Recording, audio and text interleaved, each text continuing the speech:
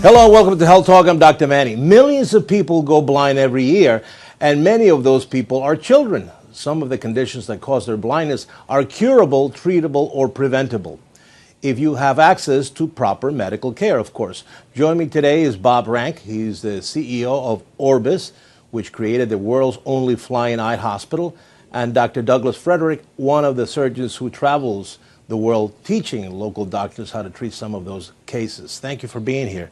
Wonderful story. I would love to talk about this because, you know, helping children and people that are having difficulty seeing is something that is so noble and so great.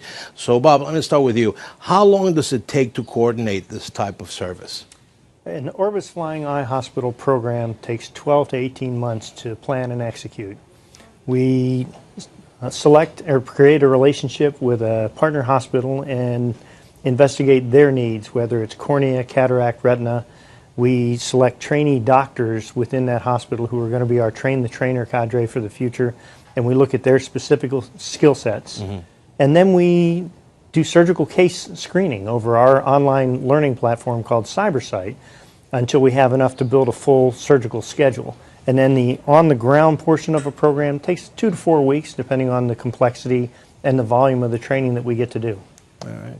Doc, the idea to teach others, great, because, you know, that's part of our mission, right? You know, see one, teach one, do one. Exactly. What's the setup in this flying surgical suite, and how do you deal with some of the tools that you have in there?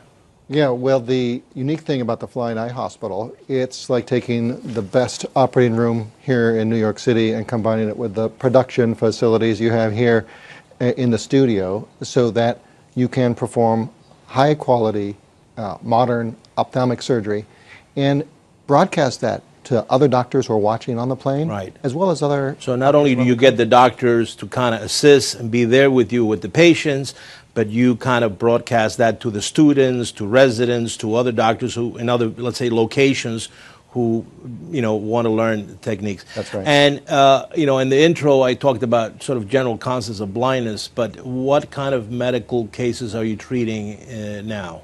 Well, as a pediatric ophthalmologist, I deal with ophthalmic conditions that affect children. So that will be strabismus or misalignment of the eyes, crossed eyes. But most important is conditions such as congenital cataracts, right, which, if not treated in the first few weeks or months of life, can lead to a lifetime of blindness. Right. So making an intervention early in the life of these children makes a huge difference in their life. So, Bob, you started to mention the location. So, walk me through a little bit of the scenario. Most of the countries that you're visiting are where now? In Asia? The 3 highest prevalences of blindness in the world are in Africa, India, and China, and that's the preponderance of our work. Right. So if I'm, let's say, a regional director, or let's say a Department of Health director in my community in some, you know, a section of either Africa, how do I get a hold of you? How do I know about you? How do I set up you and him and the whole thing coming to my area? We have offices in 9 countries in Africa. We've built 32 pediatric eye clinics in India. We have a pretty sizable operation with a great relationship with the government in China. We look at WHO statistics. We look at needs analyses that have done by the International Agency for Prevention of Blindness. So we've got a good picture for where the needs are.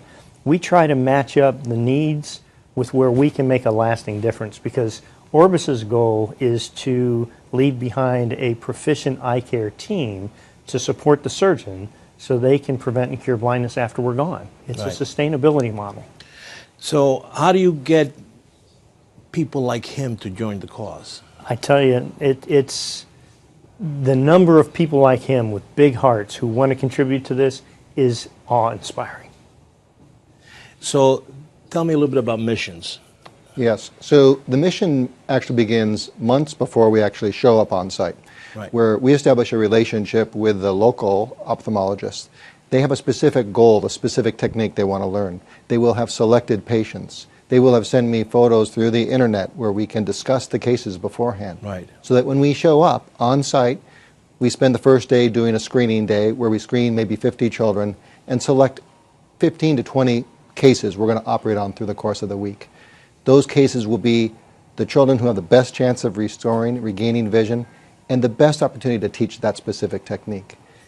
So there's a lot of, even before the surgery occurs, there's a lot of case discussion, analytics, medical stuff that is, like for any surgeon, necessary to learn prior to just cutting and learning a technique without knowing what the background is. Exactly. We're not a parachute organization. We don't just fly in and fly out. We establish these relationships with the doctors. What's your sense of the learning curve? Does it take a lot of cases for these doctors, or are they pretty well prepared? These doctors are very skilled ophthalmic surgeons. They just need a little bit more knowledge and an opportunity to see the technique practiced in front of them. So I will demonstrate the case a couple of times, and just like when we teach our residents in our medical school, I'll observe them do the case, and by the end of the week, I will have the chance to see them do the case in their own hospital with their own tools to know that when I leave, they'll be able to know what to provide the care. Tell you have a unique case you wanted to talk about. Yeah, well, this first off, there was a case in Shenyang of a young woman, young girl, 9 years old, who couldn't move her eye up, so she had spent her whole life lifting her head up in order to see singly. This was preventing her from doing well in school. She was being teased.